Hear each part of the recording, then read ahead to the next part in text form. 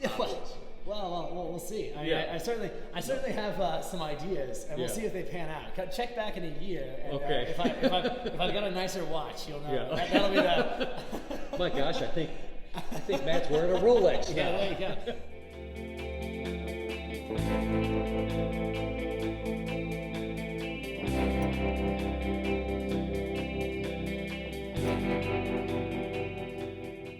We'd like to welcome you to the Whiskey Stop. We're going to have a lot of fun visiting craft distilleries throughout the area and find out what makes them so special, what goes into a craft distillery, and how do they end up with that special liquid. Yep, and there's a lot of small craft distilleries out there. A lot of times they don't get the same recognition as the big boys do. That's right. And so we want to take this opportunity to highlight them. So if you find yourself traveling on business, on vacation, stop in, get a tour, talk with the folks of these craft distilleries, and maybe pick up a bottle there or two. And you just recently went and visited the Indiana Whiskey Company. The Indiana Whiskey Company. Right here in South Bend, Indiana. So if you're in town for a Notre Dame game, visiting someone, or maybe you live here, we suggest you go on in there because it's a marvelous place. We learned a lot. The Indiana Whiskey Company. We'll check it out.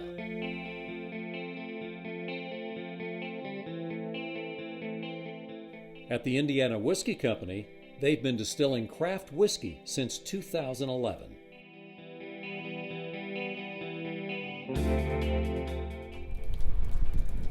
We're at Indiana Whiskey, and we're going to go inside and talk to Matt and see what this is all about.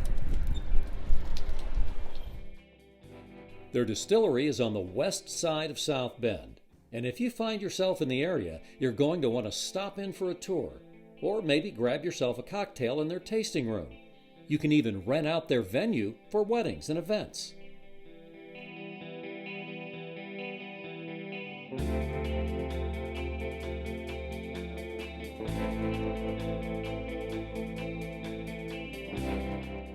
This is Matt Logston, the Executive Vice President of Indiana Whiskey Company.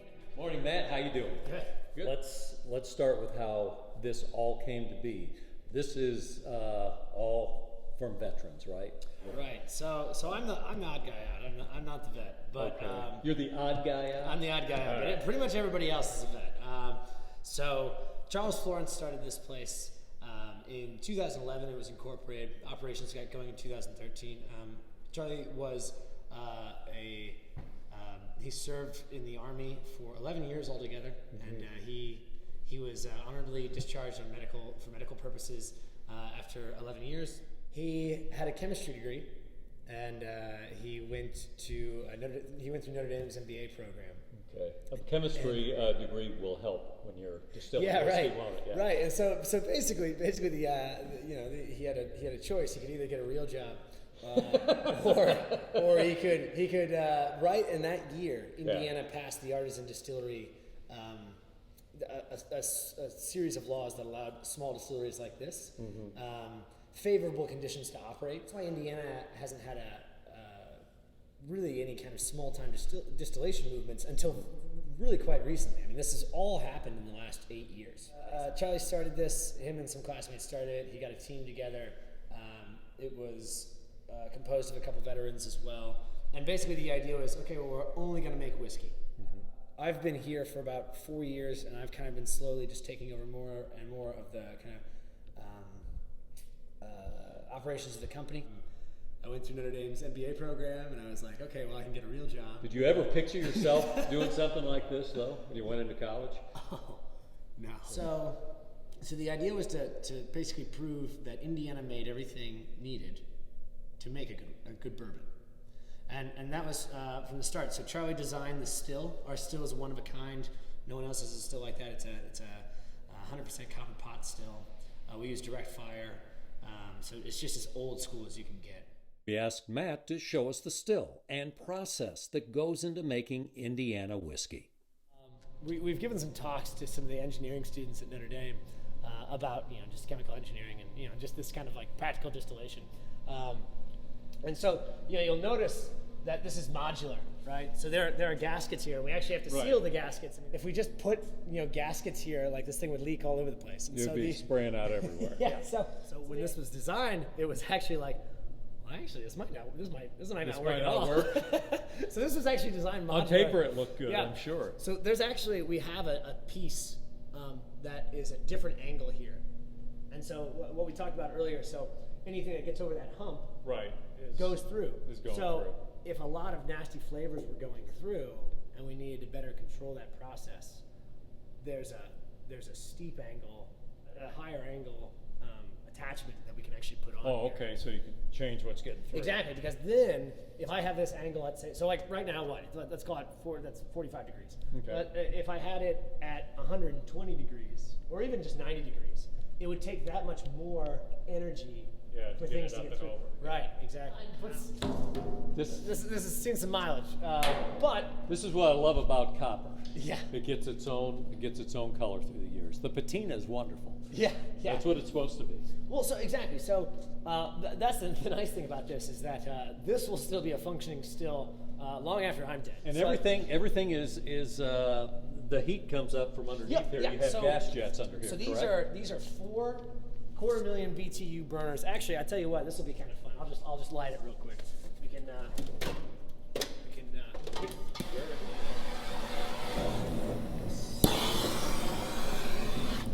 this one always pops. Yeah, so it's great because usually if when we're distilling a lot, I notice that the hair on this side on this wrist. Do you gets a have little- less hair there yes, now than when you yes, started? It is absolutely noticeable that this is not that the hair on my right hand. I'm pulling out ethanol, and I'm leaving a lot of water, and so ethanol has a lower what's called specific heat than water, which means ethanol absorbs less energy than water does. So water can just take a huge amount of heat before it boils, which is why it takes so long for water to boil. But ethanol doesn't require as much heat to boil. And so the idea is that when I start a secondary distillation, I actually don't need the heat to be that high to get a good flow through. But as the secondary distillation continues, I actually have to keep kind of turning up the heat to get a kind of consistent product flow coming out. Right. And so that's kind of just one of the things where it's like direct fire is like a little trickier because I can't just like set it in my computer to like, oh, always keep the temperature and these spots coming like so, or keep the flow rate going like so. I have to actually come through and I have to adjust these knobs to get it, just right. What is the length of time the product is in the still then? Sure. So a primary distillation. So when we take the beer from the fermenters and we throw it in here, a primary distillation will take about 6 to 8 hours, depending on what we're doing. A secondary distillation, just because you're really, it's just a little more delicate. Will take anywhere between. I think the last one I did was between 14 hours. This isn't off the shelf. Right. So Charlie designed this still, and basically the idea is, okay, well, the bottom needs to be, he wanted to use direct fire. Well, you can't get a conical shape at the bottom. And you want a conical shape because then you can kind of have this set up so that heat's coming in from the 4 corners and then immediately spreading out. This part right here is very important because if you fill it to the top, the heat goes in and you maximize the boiling area. So obviously all boiling occurs. If this was super narrow, I just had a very tall thing, well, it would make no sense because boiling only occurs at the surface to the liquid air interface, right? So the idea was like, okay, well, we want as much heat going in as possible, as efficiently as possible, and then we want it immediately driving the largest area possible to boil, right? And then you have another conical shape here, which this funnels it in and kind of starts the condensation process. And also, as it funnels it in, the water will condense along this surface as well. The ethanol will keep going through, the volatiles will keep going through, but a lot of the water and the heavier compounds will hit this, and then they'll come back down. Yes, and they'll come back down, exactly. So that's what allows the separation by boiling point. And then, of course, anything that gets over the hump goes through. The outflow is right here. So this goes up the neck, and then you have the kind of the swan neck, and then you have the line arm.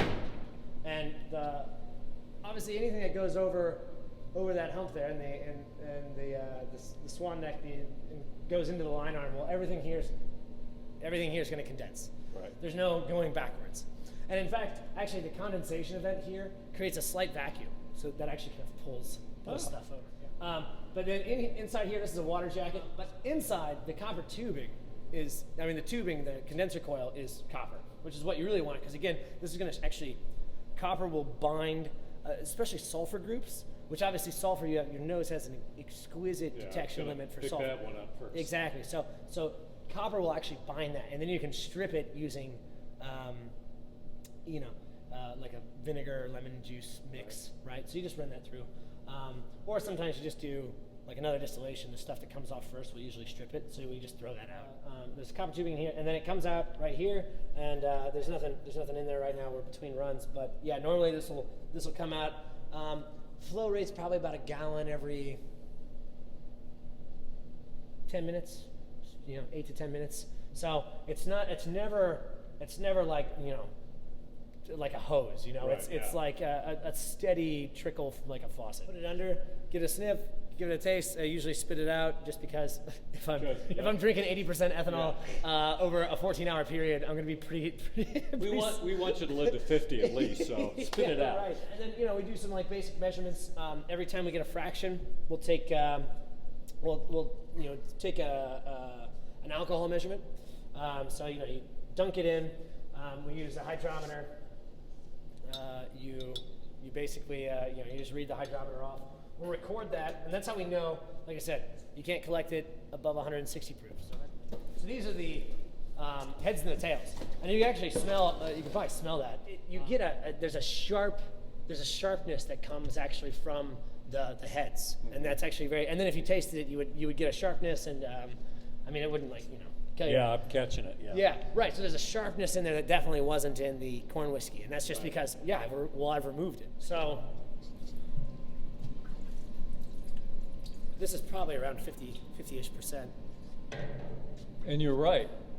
50, yep. Yep, right. Boy, you know, don't you? So this is 50% because basically it contains the heads, which were above probably about 10 gallons above 80%, and then it contains the tails, which was probably 30 gallons of less than 50%. Yeah. So this is an amount of alcohol probably equal to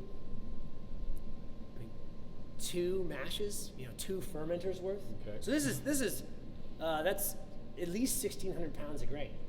That's right. amazing. So no, exactly. If you include freight, this is $500 right here. That if you don't reserve and use again in the next round of distillation, you're just hemorrhaging money. Yeah. So you don't want to do that. Exactly.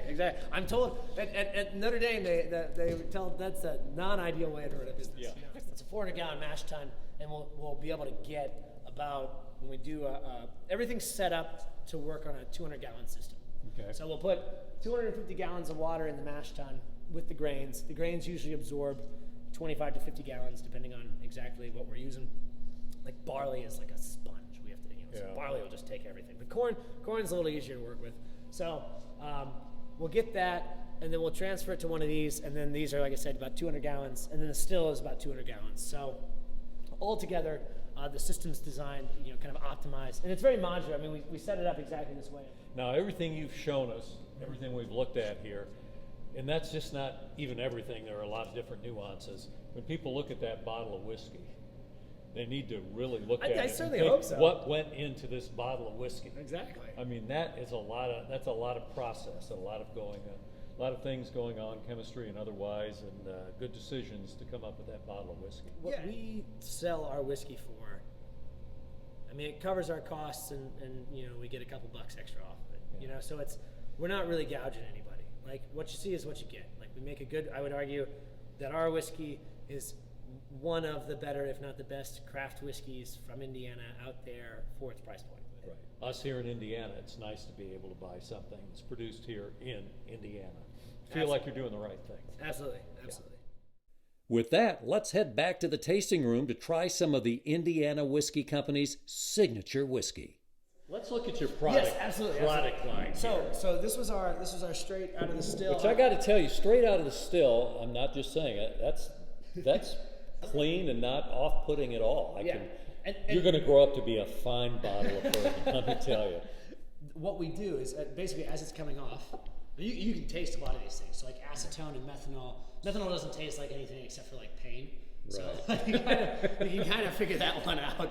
But like, you know, a lot of these have like an astringent, the volatiles have like an astringent or like sour quality to them. So there's acetic acid that comes off as well. And that's, So your palate and olfactory system, you can tell. well, so far I haven't burnt them out. I think Yeah, that so at some doing point, okay. yeah, at some point we're gonna have to get somebody else in because the stuff's coming out. It's at 80% ethanol, Yeah. right? So it's just like Every now and then you need some fresh air yeah. to breathe. Yeah, Thank, just thank clear goodness things out. thank goodness the olfactory bulb regenerates. Yeah, I hope so. Yeah, Yeah, only I part of hope the so. central nervous system Yeah. that regenerates.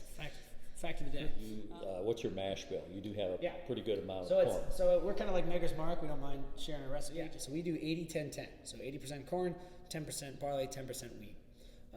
Oh, you do have wheat in there too. Yeah, I know. We got ahead of these crazy. It's so funny because we started and we never we started and we always had wheat in our bourbon, and now everyone's like, oh, give me a wheated bourbon or Yeah.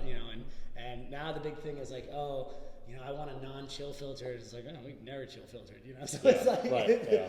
it's like, it's funny because we've been ahead on all these trends. But yeah, the idea is as it's coming out of the still, you can, smell for the if you're looking at the heads, where to make the cut there, you smell for the astringent, you taste for the astringent, and then when it starts to get pretty buttery, you're not getting the harshness of the methanol anymore.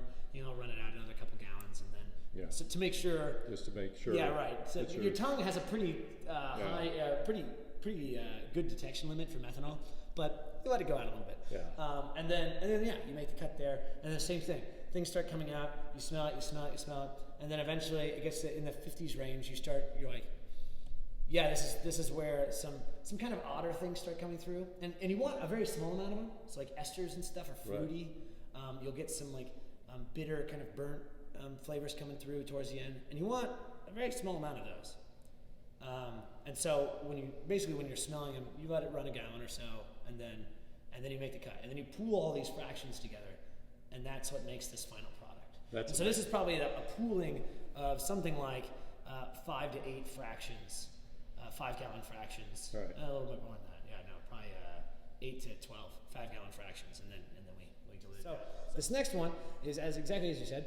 This has been out in a barrel. This is a 2-year batch. We're running out of our 2-year stuff. What happens in barrels is fascinating. We still don't really understand. We know it's basically there are so many compounds in oak, and there's oxygen coming in. The barrel is charred. It serves as an oxidation bed. Ethanol gets converted into a lot of different compounds. And so many things in the wood that we probably don't understand when it comes to flavor. Partly we do, but all that expansion and contraction through time, it's pulling stuff out of the wood. And depending on what tree one of those barrels came from, maybe the tree next to it is a little bit different than that one too. So it's all quite interesting. Now I love the name of this. Explain this to me. Yes, this is our breakfast of degenerates. And I'm surprised you didn't give me that one first. Yeah, we used to set up on Notre Dame game weekends. We had our bourbon out there. We were like, hey, do you want to try some whiskey? Because we could give out samples. And they were like, oh, whiskey, it's too early for whiskey. Too early. As they're like walking with their like cases right, of course. of beer. Well, and you so, had an answer to that, though. And so we went back and we tinkered around. And so this is where the name for this and this came from. Pretty much from the guys tailgating at Notre Dame at 7 in the morning. We take the same bourbon that we would put in these bottles. It's the same quality. It's we don't use like the nasty stuff. And right, like, I understand. Right. So we do that. We make simple syrup here from sugar that we source up from Michigan. We partner with this company, and they take actual maple syrup. I can tell. Yeah, I mean that's not just a flavoring. That's actual. Exactly. So they pull out the maple. Yeah. And then because we tried this with just like raw maple syrup, when we were going to do that, and we ended up having to put in like 40 or 50% syrup to get it to the flavor. And it turns out that there's not actually enough maple in maple syrup. In maple syrup. So we go to these guys and we're like, guys, can you help us out? And they're like, yeah, of course. And because they're chemists too, so we kind of like each other. But they pull out the maple-ness from maple syrup. Right. They just take all the water and the sugar out. and then they give that to us, and then we can just put in a small amount of water and sugar back in, and so you get a very nice quality maple flavor with relatively with less syrup or less sugar than you would have to use Right. if you just use regular. That's as true a maple flavor as I've ever had in a whiskey. There you go, Notre Dame tailgaters, right there. The breakfast of degenerates. Exactly. You got your pre-noon, post-noon. Post-noon. There you go. Hoosier Sweet Heat. We like to call this our refined answer to Fireball and to Flat Oh, right, Boys. yeah. And basically what we use, same thing. We use a proper cinnamon extract for this, called Viennese cinnamon. It was used in like coffee. The reason it's called Viennese cinnamon is because it was a particular type of cinnamon that was used in coffee. It's not as sharp. So some cinnamon whiskeys will just be like boom cinnamon. It's a very narrow band. This we try to. That's an easy drinker right there. Yeah.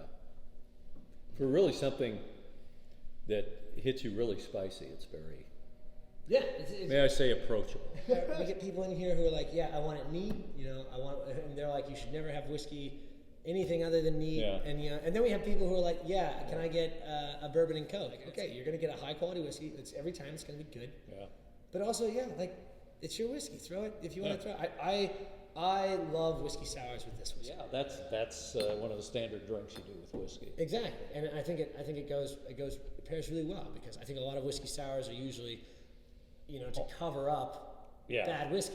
Right. But Yeah, this get actually enough sour in there. Yeah, exactly. And that'll cover anything up. Yeah, this is really quite well balanced, I think, for it. Same thing, like the maple makes an excellent old fashioned. That's a little too easy to drink. Dangerous, Yeah, it could be dangerous. Yeah. Briefly, I just want to mention, love your bottles. Love the look. You don't want to look like everybody else on the shelf. I like the stoppers you get to pull in. Yeah, it There's makes a that- little bit of elegance about And that. it makes that lovely sound. Yeah, I think if you get them coming out, it must be time for a little sip. Exactly. We were talking before the camera started about like the nimbleness of the small guys. Right, And because you guys can turn on a dime Absolutely. in some respects. Absolutely, and I'm also not trying to corner a national market. What I'm trying to do is grow very deliberately. Sounds like you really know what you're doing. Yeah, well, we'll see. I mean, Yeah. I certainly have some ideas, and we'll Yeah. see if they pan out. Check back in a year, and Okay. if I've got a nicer watch, you'll know. Yeah. That'll be the. My gosh, I think Matt's wearing a Rolex now. Yeah, there you go. There you go. All right, well, if you find yourself in South Bend, Indiana, you want to stop off at the Indiana Whiskey Company and visit Matt and the good folks there. Now, if someone cannot get over to the distillery, where can they get a hold of the whiskey? All right, not a problem. It's all over town. You can go to Belmont. You can go to Blarney Stone. You can check it out at Citywide, Mega Liquors, or at most of the Meyer stores throughout the state of Indiana. They carry it as well. Awesome, very cool. I think we probably need to have a taste, though. What do you think? I think we do. Okay, You cool. didn't get an argument from me on that. All right, good deal. All right. I think the folks will really enjoy this too. Good. As soon as I get the stopper out, the good stuff never comes easy. There we go. Like that sound, too. I know, isn't that a beautiful sound? And I like this whiskey too. It's got a great color to it. It's amazing what being in a barrel will do to a clear liquid. That is quite true. It's very sweet nose on that. Yeah, there's a mash bill is a lot of corn and wheat as well, and some malted barley.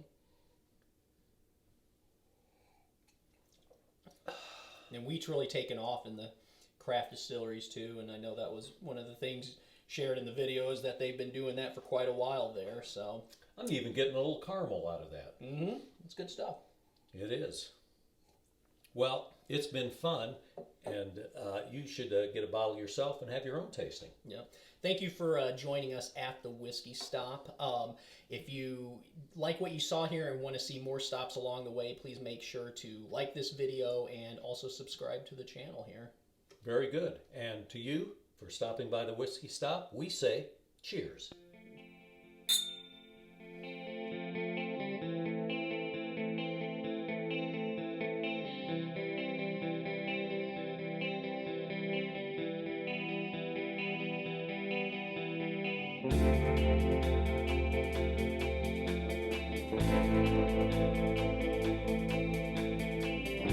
you.